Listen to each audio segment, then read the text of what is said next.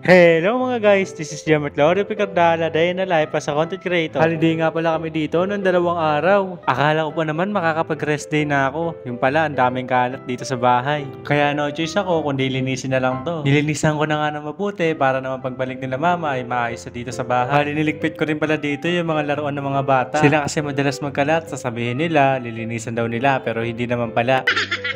Kaya nilagay ko na sa plastic para naman maitabi ko nito sa taas at hindi na nila magalaw. Pag dito ko kasi nilagay sa baba, magagalaw pa nila at makakalat pa nila ito. Kaya naman tayo na mag-a-adjust para sa kanila. Kasi mga bata yan. Ilalagay ko nga pala ito sa lugar kung saan hindi nila makukuha. Maya talaga dito kalat sa bahay namin. Kaya kahit anong linis mo, pagbalik mo, makalat na naman dito. Kaya kahit anong linis mo, tanggalin mo yung mga alikabok at dakutin mo yung mga kalat. Pagbalik mo, may kalat pa din. Magugulat ka na lang talaga. Kakalinis mo lang, makalat na. Sobrang gaspang pa. Sabi ko nga sa mga bata, pag lumabas kayo, dapat ang dala nyo pera, hindi kalat. Sana yung kalat, naging pera na lang para kung saan mo na lang makikita. Bali, nagwalis na nga ako dito na maigi. Bawat singit ng bahay namin, ay winulisan ko na kagad para mawala na yung mga alikabok. Siguro pagkatapos ko maglinis, babalik na naman yung kalat. Sana wag na bumalik. Pagkatapos ko nga magwalis, inisprayan ko ng dahon na yung lapag. At pinunasan ko na nga rin ng basang-basahan para mawala yung lagkit. Sa trabaho namin, ako talaga tagalinis ng mga kalat. Pati ba naman dito, maglilinis ako.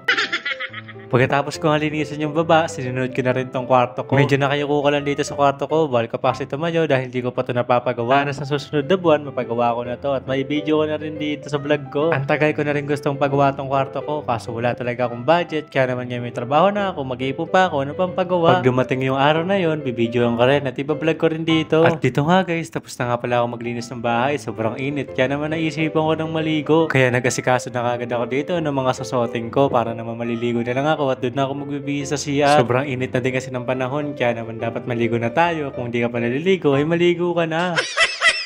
Update ko nga kayo dito guys, tapos na pala ako dito maligo, kaya naman samahan nyo na lang ako maglaba. Magkakaroon na kasi kami ng pasok bukas, kaya naman maglalaba ako ng mga uniform ko. Bali kumuha na nga lang ako ng sambal din tubig dito. At binabad ko na rin itong mga labahan ko, nilagyan ko na rin ito ng sabon. Tinapak-tapakan ko muna nga para naman mawala yung mga dumi. Huwag kayo ano dyan guys, ibabrush natin yan mamaya, kaso hindi ko nga lang mabibidyohan dahil umulan nung araw na yan. Pagkatapos ko nga maglaba, nakita ko nga pala itong takorin na to, kumukulo na pala yung mainit. Kaya naman kinuha ko at sinalin ko na dito sa dalawang termas namin. Ang tatako kasi ng mga tao dito sa mainit. Paano ba naman mayat maya sila kape? Hay, pinili nga naman kahit sobrang init, kape ng kape.